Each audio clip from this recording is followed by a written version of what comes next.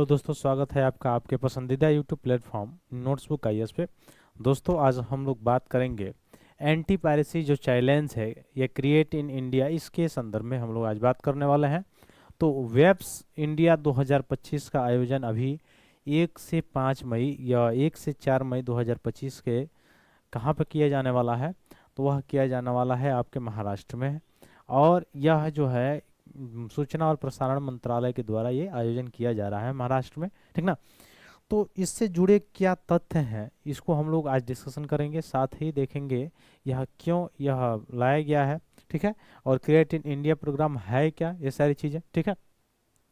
तो जल्द से जल्द जुड़िए और अपने अपने ग्रुप में शेयर कीजिए ताकि हम लोग अपने इस विश्लेषण को शुरू करें।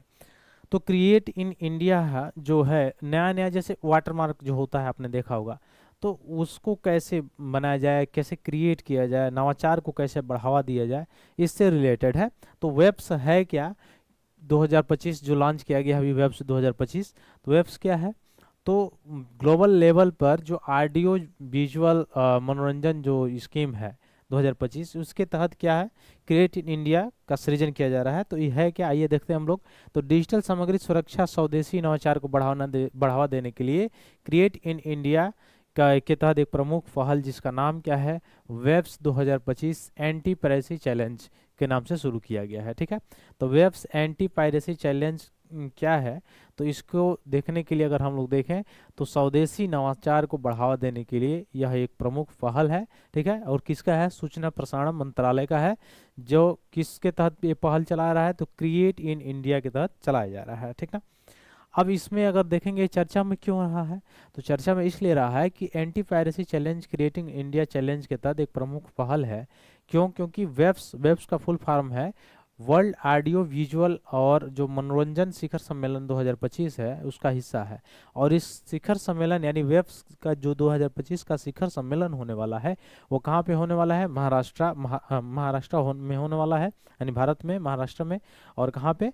1 से 4 मई 2025 तक होने वाला है मुंबई के महाराष्ट्र में, ठीक ना।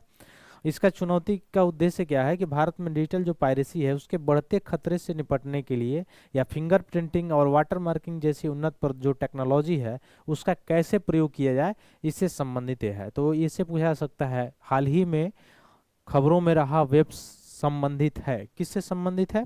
तो फिंगर प्रिंटिंग और वाटर मार्किंग जैसी उन्नत जो प्रौद्योगिकियां हैं, टेक्नोलॉजी है, उनके यूजेज से संबंधित ये सारी चीज़ें हैं, ठीक है। इसको याद रखिएगा।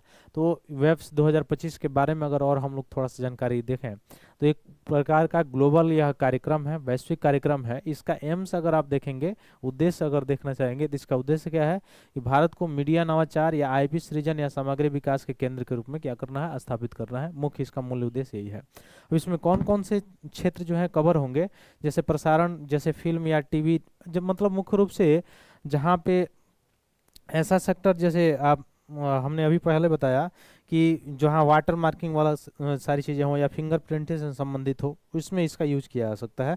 और कैसे इसका नवाचार को बढ़ावा दिया जाए ताकि आने वाले समय में जो फ्रॉड है उसको रोका जा सके, ठीक है। इसलिए इसको लाया गया है।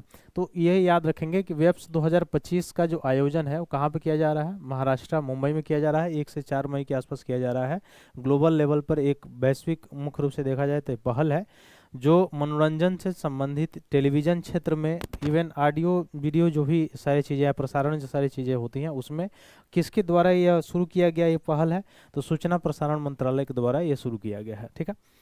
इसमें अगर और आगे देखा जाए तो यह अर्थव्यवस्था को समर्थन देगा। कौन सा अर्थव्यवस्था? रचनात्मक अर्थव्यवस्था को। और साथ ही साथ 30 बिलियन डॉलर का जो लगभग जिसमें इसमें निवेश क्षेत्र है इसको बढ़ाने के लिए, क्योंकि मीडिया और मनोरंजन क्षेत्र में भारत का जो रोजगार है उसमें लगभग 8% कार्यबल लेबर फोर्स लगा होता है। 8% लेबर फोर्स लगने के कारण यह एक बड़ी मात्रा में आपको रोजगार और मुख्य रूप से अर्थव्यवस्था को भी बढ़ावा देता है। इसलिए इसको रोकने के लिए, इसके दुरुपयोग को रोकने के लिए लाया गया है कौन सा? वेब्स 2025 के तहत क्रिएटिव इन इंडिया पहल शुरू किया गया है। किसके द्वारा शुरू किया गया है? सूचना एवं प्रसारण मंत्रालय के द्वारा, ठीक है। अब इसमें क्या है, तो 2028 तक 44.2 बिलियन डॉलर तक पहुंचने का इसका अनुमान है। और वर्तमान में विश्व स्तर पर देखा जाए तो 5वां सबसे बड़ा ये क्षेत्र है, ठीक है। तो इकोनॉमिक्स में ये कंट्रीब्यूट करता है, ठीक। तो यह मुख्य रूप से कौन कौन सा पॉइंट था, 2-3 पॉइंट थे जो आपके प्रीलिम्स के लिए इंपॉर्टेंट हो सकते हैं। वेब्स क्या है, किससे संबंधित है, या ऐसे पूछ सकता है हाल ही में देखा गया वेब्स कार्यक्रम किससे संबंधित है, तो यहाँ से पॉइंट पूछ सकता है किस मंत्रालय के द्वारा यह इनिशिएटिव शुरू किया गया है, तो याद रखेंगे सूचना प्रसारण मंत्रालय के द्वारा। ठीक है, फिर मिलता है अपन अगले क्लास में, तब तक के लिए बहुत बहुत धन्यवाद दोस्तों, जय हिंद।